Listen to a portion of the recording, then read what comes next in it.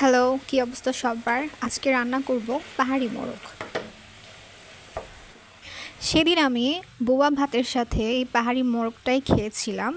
তো ওইটার রেসিপি ওই দিন আর কি শেয়ার করা হয় নাই। তো আজকে এই পাহাড়ি মোরগের রেসিপি আমি শেয়ার করছি। প্রথমে পাহাড়ি মোরগটাকে আমি কেটে নিয়ে পানি ঝরিয়ে রেখেছিলাম এবং এখন এগুলাতে আমি রাঁধুনি মুরগির যে মশলা আছে সেই মশলা দিয়ে আমি মাখিয়ে রাখবো। মুরগির মাংস হোক বা মোরগের মাংস একটা আষ্টে গন্ধ থাকে, ওই গন্ধটা যেন না লাগে এই জন্য আমি সর্বপ্রথমে মুরগিগুলোকে রাঁধুনি মুরগির মশলা দিয়ে মাখিয়ে আমি তেলে ভেজে নিই। তো এখন সর্বপ্রথম ভেজে নিচ্ছি আলু, যেহেতু আমি এই মোরগের মাংসের সাথে আমি আলু অ্যাড করব, আলু মোরগের আর কি ভুনা হবে।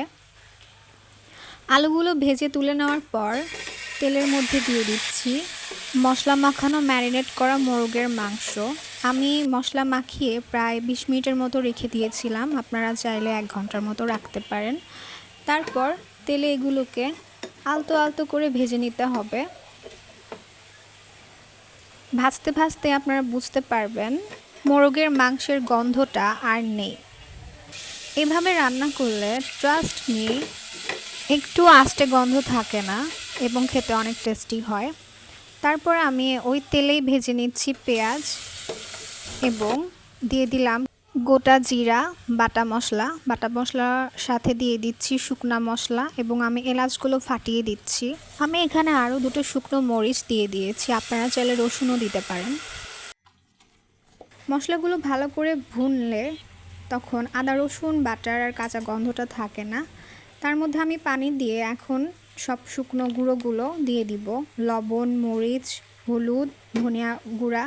আমি এখানে ঝাল করার জন্য 2 চামচ মরিচের গুঁড়ার সাথে 1 চামচ কাশ্মীরি লঙ্কার গুঁড়া অ্যাড করে নিয়েছি, কারণ আমি মুরগের মাংসটা একটু ঝাল খাবো, এই জন্য কালারটা অনেক বেশি সুন্দর এসেছে। আপনারা চাইলে সাধারণ মরিচের গুঁড়া দিয়েও রান্না করতে পারেন। মশলা কষে নেওয়ার পর আমি দিয়ে দিচ্ছি ভেজে রাখা মোরগের মাংস। এগুলোকে আমি এখন কষিয়ে নিব। আমি এখানে 3 মিনিটের মতো কষাচ্ছি। মুরগির মাংস যতটা কষাবেন আলতোভাবে, এর মধ্যে মশলাগুলো খুব ভালোভাবে ঢুকে যাবে। রান্না দেখতে দেখতে অবশ্যই আমার চ্যানেলটা সাবস্ক্রাইব, শেয়ার, লাইক, কমেন্ট করবেন। কষানো হয়ে গেলে পরে আমি এখানে ভেজে রাখা আলুগুলো দিয়ে দিব। আলুগুলো দিয়ে আমি আরও 1 মিনিটের মতো কষিয়ে নিব। দেখেন এত সুন্দর একটা কালার এসেছে। তারপরে দিয়ে দিচ্ছি আমি পানি দেওয়ার পর দেখা যাচ্ছে কতটা পারফেক্ট কালার এসেছে মাংসের। বাস এটাকে এখন ঢেকে দেব সেদ্ধ হওয়ার জন্য। সেদ্ধ হয়ে গেলে আরও 1 মিনিট আমি এটাকে কষিয়ে নিব। বাস হয়ে গেল আজকের পাহাড়ি মোরগের রেসিপি। অবশ্যই আপনারা বাসায় ট্রাই করবেন। আল্লাহ হাফেজ।